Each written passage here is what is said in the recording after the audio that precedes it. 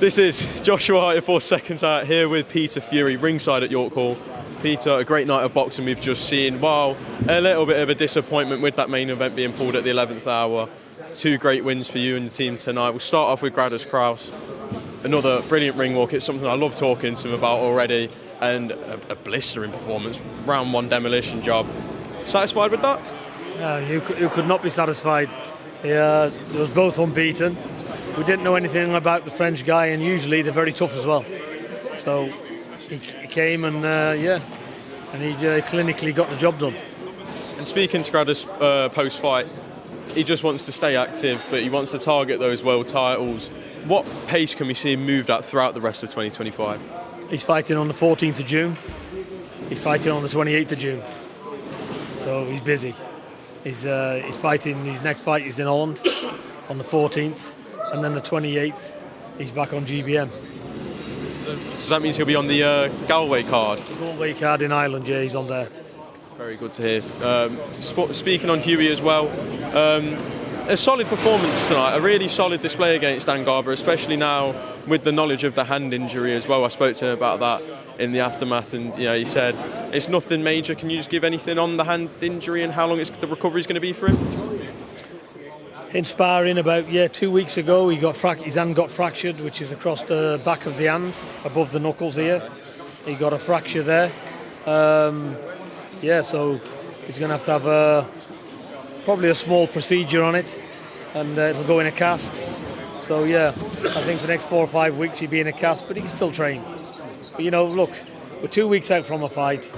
It's as luck goes. He hits somebody, busts his hand up. But at the end of the day, we're in professional boxing. And somebody that's had 32 fights, if they can't get in there with one hand, and no disrespect to Dan Garber, he's a lovely kid, but if Hughie can't get in there and get rounds even with one hand, he needs to pack it in. So really, that's where it's at. So we got a good 5 rounds.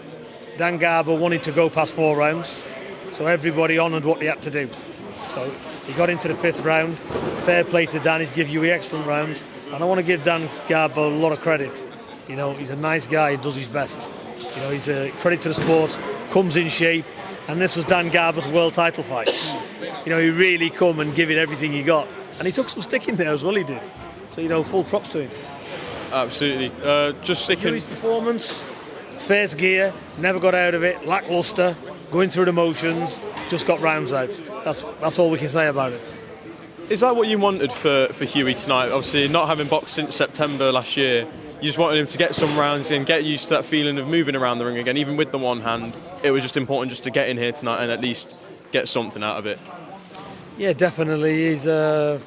We need a good fight fixing so as we can get proper sparring in and we can have proper training camps, rather than coming in the gym and doing a bit of body sparring up and down where you're ticking over. Ticking over, to get your best, you need to be in serious fights, don't you? Absolutely. A lot of talk has come this week. We saw Hughie on TalkSport regarding a Dillian Whyte fight in Ireland.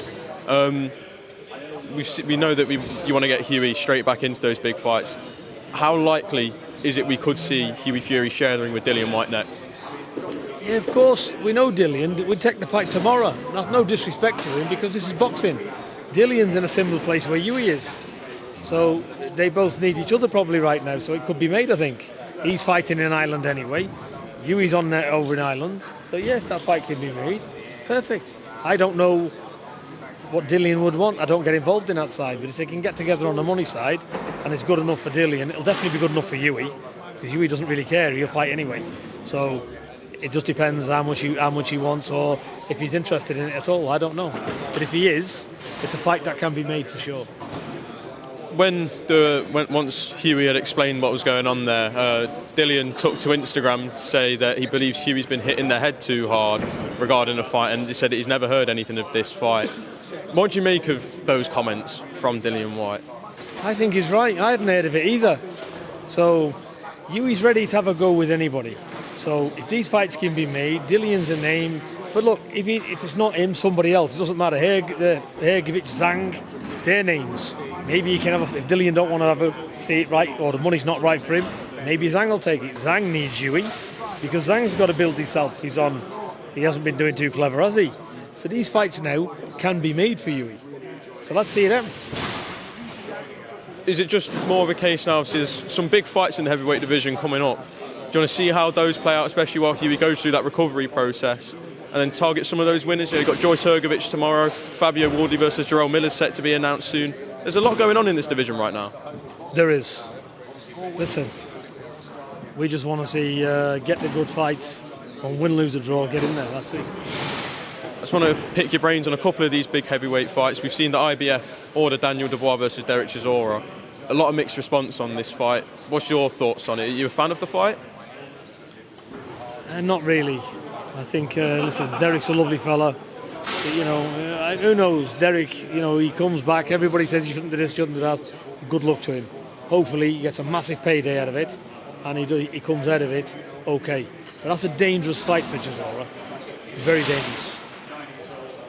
Do you believe, and putting all the sentimental value to the side, do you believe that Derek Chisora deserves a world title shot with the run that he's been on?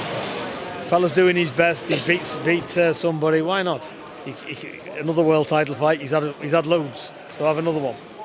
Fair enough. The only thing I will say, I don't think he's poor. He'd be well off now. Does he need brain damage? That's got to come into play. This is heavyweight boxing. Very, very good point made there. Joyce Hergovich tomorrow night. How do you see that fight going? Hergovich could walk away with it. You know, Joe Joyce has been very slow and ponderous in his last few fights. So, is this a fight too many for Big Joe? Or, if anybody's tailor-made for Big Joe, it would be somebody like Hergovich, because he's not a good mover. He's pretty in and out. He's easy to hit, so it might suit him.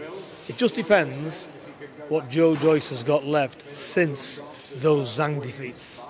Because since them fights, he's not been the same. That's what I've seen. But whether he's going to come back and prove everybody wrong in this fight, who knows? I wish Big Joe all the best. I like him. He's a nice fella. Absolutely. Just one last fight I want to get your thoughts on. We've seen the reports come out tonight from Dan Raphael that Fabio Wardley and Jarrell Miller are set to fight at Portman Road, a homecoming for Fabio Wardley, for a WBA interim heavyweight title. What do you make of a fight between Fabio Wardley and Jarrell Miller? It seems very fan-friendly. I think it's a good fight. Perfect fight. How do you think it goes? Who do you make the favourite heading into it?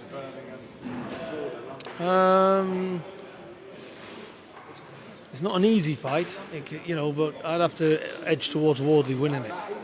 Fair enough. Peter, thank you for your time. Really appreciate it. Look forward to catching you again soon.